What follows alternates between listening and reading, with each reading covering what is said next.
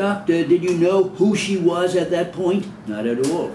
Did she tell you what her role was in the hospital? I believe she was a comfort nurse or something like that. I know she works for the hospital. And what did she have to do? Defense counsel, I object. The court, I'll take it. She wanted us to step out and go to another room to talk with her. And my wife didn't want to go. She didn't want to go because all she wanted back then was to stay with Matthew, because he was already Matthew at that time. It wasn't a regular baby anymore, and she didn't want to go, and I insisted she had to go. Up until that point in time when the machine came in the door, had you had any discussions with Dr. Carr as to what might be wrong with Matthew? Not at all. Did you ask Dr. Carr to do anything? We just asked her. After she checked Matthew, we just asked her, is that good, is that bad? I asked her to change the tube. Can you change the tube? Why did you ask her to change the tube? What else do we have to lose? What do you mean by that?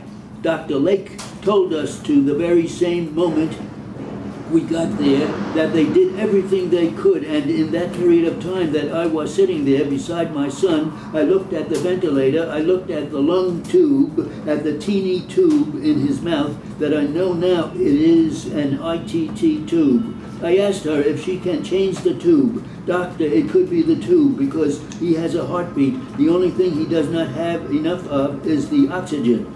How did you know that? Defendant's counsel, Judge, could we have a time in this, is this 11 o'clock still? The court, what time is that? Was it around 11 o'clock, 10 of 11? At that time, it was the very same moment that Dr. Carr came in. 5-10 minutes before 11 a.m. This may look funny, but as an auto technician, I start looking at that ventilator, and I looked at a car, and the ventilator was making a noise, and I knew that my son was getting oxygen from that ventilator. And when I looked at the car, and I know that the fuel tank is full of gas, the fuel pump is working, is running, is making noise, and I don't have gas coming to the carburetor or to the fuel injectors, I know right away that either it has a clogged fuel filter, or a line is leaking somewhere, or it has a crink in the line, and I put it that way. That's what I was thinking in that period of time I was there. She also disconnected the machines because they were making too much noise. The alarms on the machines? The alarms, exactly, yes. Had the alarms been going off that morning ever since we got there until she disconnected it 10 minutes later? When she disconnected the alarms, Matt was still looking up to the machines? Yes, she never disconnected the machines. She disconnected the alarm. And what happened next?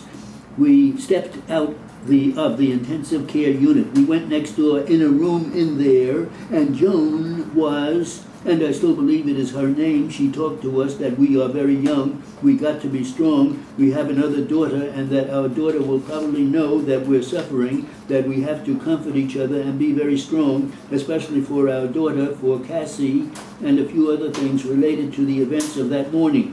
Did they ever tell you what happened with Matthew at all before you got there that morning? Not at all, not at all. Did anyone tell you that Matthew had an extended period of time of oxygen deprivation? Not at all. Nobody ever told us anything that happened there. The only thing Dr. Lake told us is we did everything we could. When was the first time you heard anything about what happened that morning? I believe it was from you. I believe it was from you. I never knew he was baptized. I never knew he was baptized. I knew because you told us that they baptized him that morning. I never knew that for how long he stayed with low oxygen. He never knew nothing about that. Maybe if I knew it, I would have never asked Dr. Kotari to change the tube. Defendant's counsel, objection. The court sustained. Now, how long did you stay with Joan in this other room?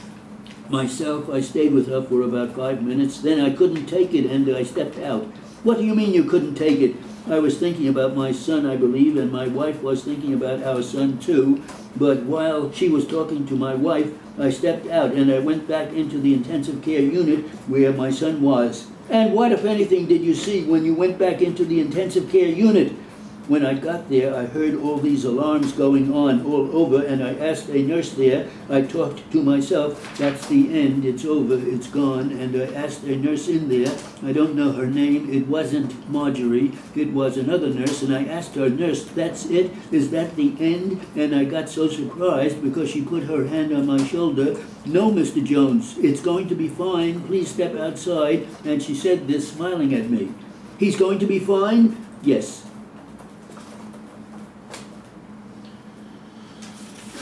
Too That was fast. kind of fast. 200.